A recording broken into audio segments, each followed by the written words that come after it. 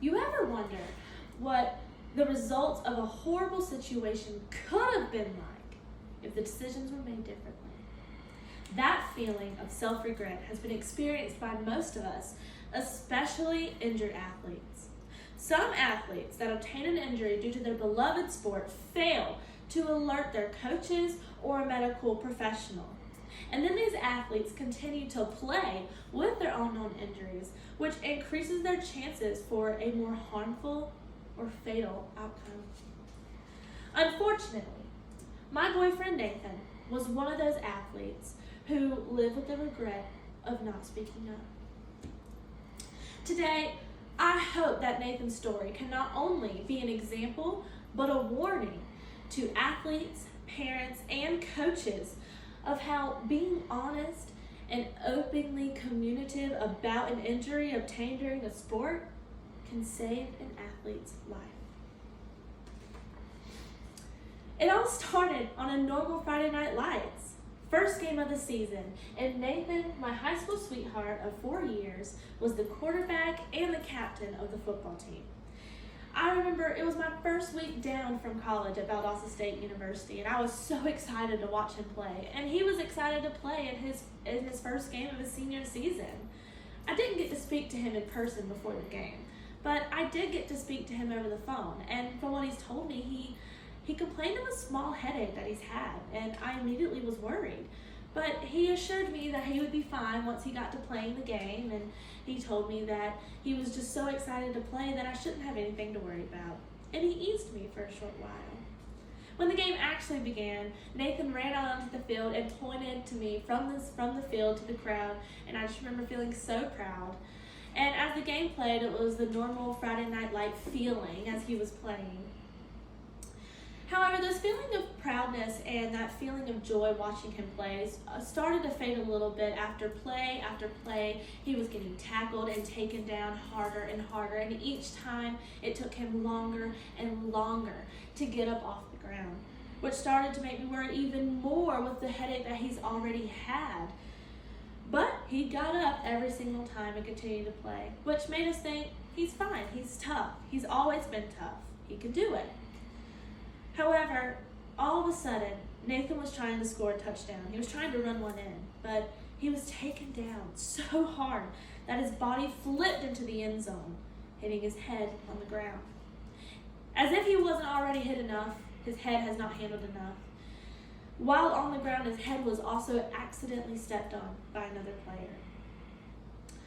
He got up, but instead of speaking up to his coach or to the EMT or the personal trainer, he instead sat himself out for 5 minutes and then begged his coach to let him back in, because that's what athletes do. And to be honest, that's what most leadership athletes do. However, this decision almost cost him his life. Nathan continued playing his heart out until the end of the game, and it seemed to ease our worries. Until the end of the game, when I went to go walk him to the locker room, I noticed that he was leaning on me, relying on me heavily, and walking in zigzags. And I knew from health class that this was a clear sign of a concussion. Little did I know that it was much more than that. Once Nathan was in the locker room, he then threw up and then fell unconscious in the locker room. And me, the coaches, the personal trainers, the EMTs, and myself all went and called the ambulance, in which they took him straight to the hospital. After a CT scan and an MRI, the doctors saw 2 brain bleeds, one placed in the frontal lobe of his brain and the other one on the upper side temporal lobe of his brain. Immediately, he was taken into surgery to get rid of the brain bleeds, and it was successful because he is now bleed-free. He no longer has any brain bleeds and recovered shortly after. But for 2 months, Nathan was in and out of consciousness until moved to a rehab facility for healing. In an interview with Nathan, I asked him, "Do you remember anything that happened?" In which he replied, quote, "I remember the football game and throwing up in the locker room. After that, everything turned black and I only remember waking up in Brooks Rehab," end quote. Nathan missed his entire senior year. No more homecoming, no more prom. and no more football, ever again. Now, Nathan has since healed from his brain injury, with little to no evidence from his injury at all, except his breathing stent. The stent was put in after multiple issues of his airway due to the ventilator that was inserted for his brain injury. The stent is now a permanent part of Nathan now, all because the decision he made to finish the game rather than get treated sooner. Quote, "I think I was just worried about letting my team down because I was a captain and a leader. And leaders can't be weak," end quote. Nathan told me when I asked why he didn't speak up in the first place.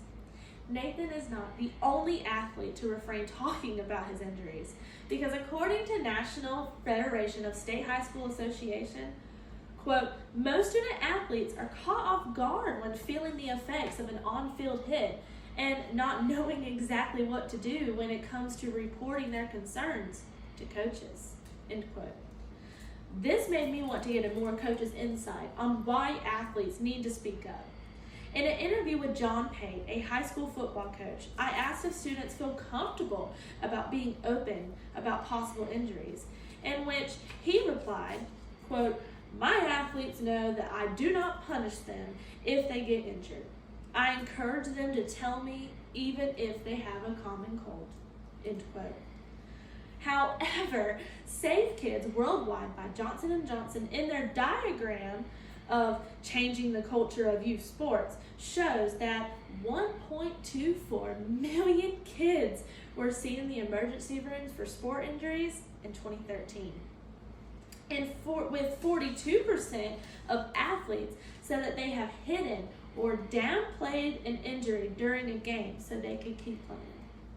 This same study shows that only 27% of coaches actually report a player having a hidden or downplayed an injury. Therefore, the evidence shows that sport injuries are not taken seriously, when this is clearly an unsolved issue. And if left more unsolved, more athletes are going to end up with a story just like this one, possibly worse. To close, Nathan's story was shared on not only local news, but national news. And at the same time, but it was not for a quick fame. It was not for quick fame, but rather to raise awareness about athletes at the issue at hand, which is athletes speaking up when an injury happens. Nathan will forever live with his injuries, but has learned to adjust to his new lifestyle. Our wish today is that Nathan's story is not only an example, but a warning to athletes, parents, and coaches that being honest and openly communicative about an injury can save an athlete's life. Nathan shares his story, and so do I, to prevent kids like him ending up in his situation or worse due to pride. However, as a community, together, we can keep our athletes safe by teaching them to speak up and speak out. Thank you.